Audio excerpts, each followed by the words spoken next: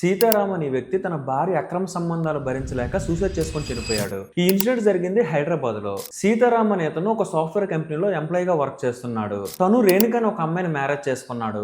మొదట్లో వీళ్ళ marriage life అనేది చాలా సాఫీగా ఉండేది. కానీ కొద్ది కాలం క్రితం నుంచి రేణుక కొంతమందితో ఇల్లీగల్ అఫైర్స్ పెట్టుకోవడం మొదలు పెట్టింది. ఈవిడ ఒక్కరితో కాదు, ఇద్దరు ముగ్గురితో సంబంధాలు పెట్టుకుంది. ప్రతిరోజు సీతారాం ఆఫీస్ కి వెళ్ళిపోగానే తిను వాళ్ళ బాయ్ ఫ్రెండ్ ని వాళ్ళ ఇంటికి పిలిపించుకునేది. ఇది నేను కావాల్సి చెప్పట్లేదు. ఈ కేసు విషయంలో వాళ్ళ మామగారు అండ్ చుట్టుపక్కల వాళ్ళు ఇచ్చిన స్టేట్మెంట్స్ ఇవి. అయితే ఈ విషయం సీతారాముకు తెలిసి తన పద్ధతి మార్చుకోమని చెప్పాడు. అలానే తను సూసైడ్ చేసుకుంటానని కూడా బెదిరించాడు. ఇలా తను ఎన్ని వేస్ లో చెప్పినప్పటికీ కూడా తన భార్య బిహేవియర్ లో ఏ మాత్రం చేంజ్ రాలేదు. ఇది ఇలా ఉండగా రీసెంట్ గా సీతారాం తన భార్య తన బాయ్ ఫ్రెండ్స్ తో ఉన్న న్యూడ్ వీడియోస్ అయితే చూశాడు. ఇక వీడియోస్ చూసిన తర్వాత తనకి జీవితం మీద విరక్తి పుట్టి సూసైడ్ చేసుకుని చనిపోయాడు. అండ్ అలా సూసైడ్ చేసుకునే ముందు తను ఒక లెటర్ కూడా రాశాడు. ఆ లెటర్ లో ఒక లైన్ ఉంటుంది, నా భార్యని గుడ్డుగా నమ్మడమే నేను చేసిన తప్ప అని. లిటరలీ ఈ కేసు కోసం చదివిన తర్వాత నాకు చాలా బాధ అనిపించింది. అసలు ఇప్పటికీ నాకు అర్థం కాని విషయం ఏంటంటే, మొగులివ్వని నీ సుఖాన్ని రంకు మొగులు ఏమిస్తున్నారా అని. కేవలం శారీరక సుఖం కోసం మరీ ఇంతలా దిగజారిపోవాలా? సో వీడియో చూసిన తర్వాత ఆవిడ కేసు ఎక్స్ వేస్తే కరెక్ట్ మీరే కామెంట్ అయితే చేయండి.